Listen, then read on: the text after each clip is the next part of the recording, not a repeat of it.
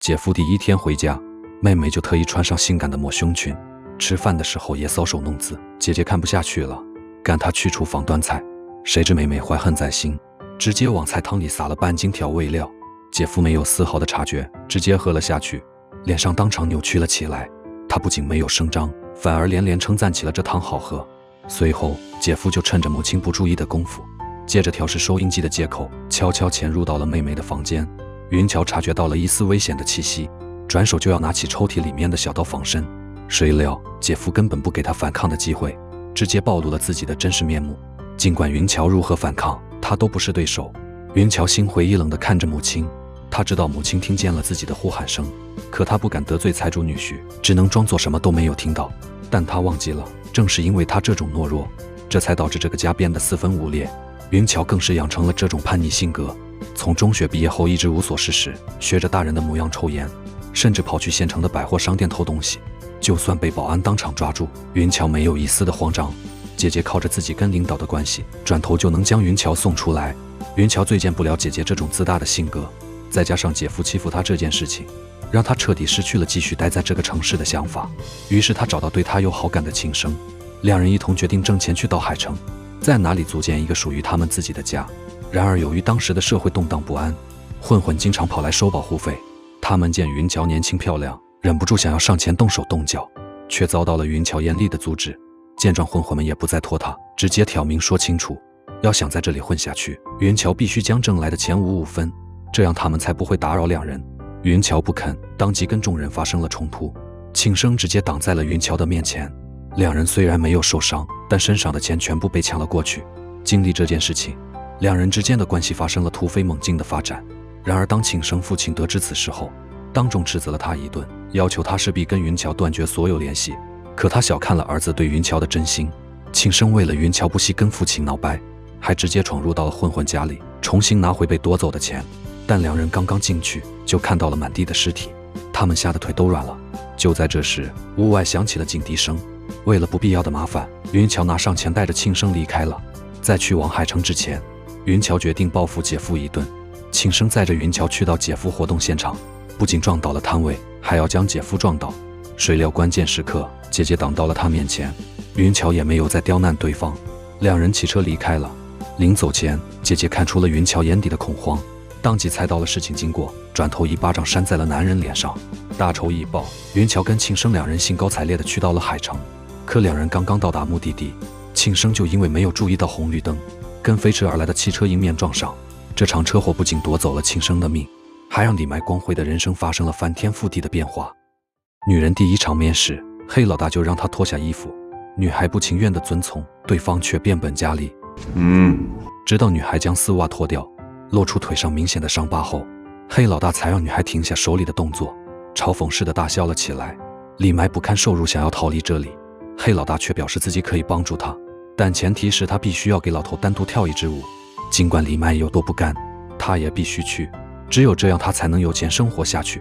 车祸的几天前，李麦还是舞团的负责人，因为出色的实力，让他拥有了一次出国表演的机会。可就在外出的前一天，李麦不幸遭遇车祸，腿部神经遭到了压迫，很难恢复好。就算得到充足的休养，此后他也无法完成较难的舞蹈动作。男友听到医生的建议后，只有一句道歉便消失得无影无踪。李麦知道他抛弃了自己，他没有挣扎，而是努力休养，重新回到舞团。可谁知道舞团因为资金问题即将面临倒闭，李麦这下彻底没有工作了。郁闷之下，他只好去到酒吧寻找有没有跳舞的工作。然而就在这里，一个男人走过来主动搭讪。李麦看着对方不正经的样子，很是厌恶，不想跟他有过多的接触。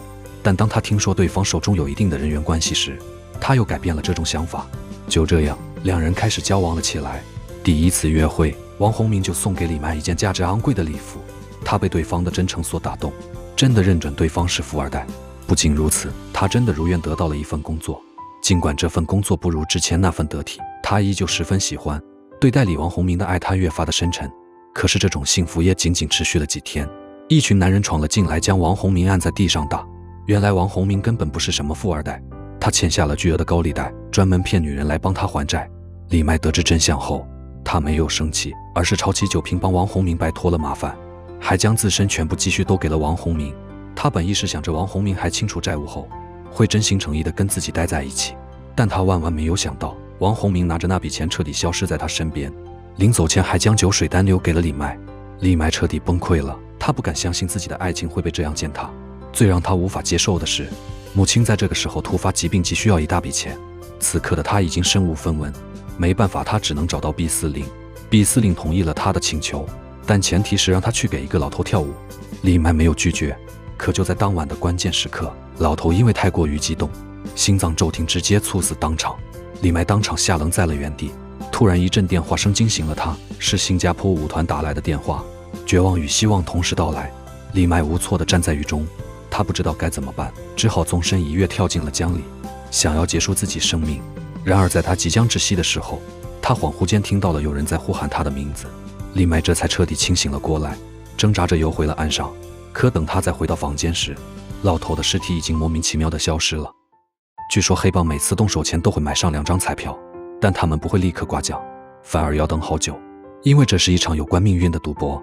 如果在战场上不幸被围追堵截，但一想到自己可以能中100万的希望，他们就可以重新获得活下去的动力。吴峰就是凭借这样的勇气，在一场黑吃黑的活动中顺利活了下来。但是他的兄弟却没有这般幸运，身中好几刀，已经命不久矣。临死前，男人刮开了那张彩票，他最终还是没有等来重来一次的机会。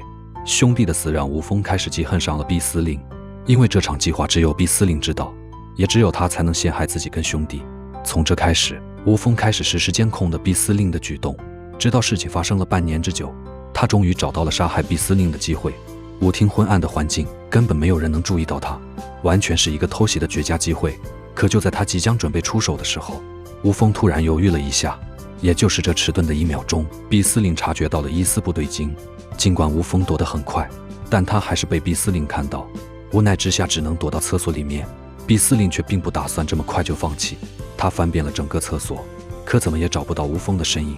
此时的吴峰已经躲到了窗外，为了不被发现，他带着一个女人一块躲了起来。那人正是云桥。或许是2人悲惨的遭遇，吴峰没有伤害他，还跟他聊起了自己的经历。得知云桥即将离开这个城市后，他将这半年来搜到有关毕司令的证据全部交给了云桥。离开前务必将证据送到警察局。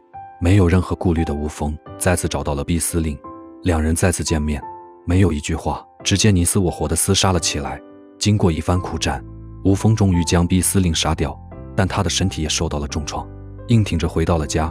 然而他刚到家，碰巧看到了李麦被老男人骚扰的画面，他刚想上前帮忙，老头就已经应声倒地。趁着李麦跑出去的功夫，吴峰将老人的尸体拉了出去，他用尽了全部力气将尸体拉到了郊外。就在最后一刻，他也应声倒地没了呼吸。随后环境中响起了警报声，是云桥按照吴峰的要求将证据交给了警察局。云桥用自己的逃离来表达自己一生的宿命感，而中间的意外让他不得不重新回到这个痛苦的地方。李麦则是一个充满理想追求的舞者，可以为了跳舞放弃所有。吴峰充当了爱的角色，为了兄弟情可以放弃所有，也可以为了对李麦的爱做出自己力所能及的事情。看似毫不相干的人，却因为现实的打击让他们相遇，产生了意想不到的火花。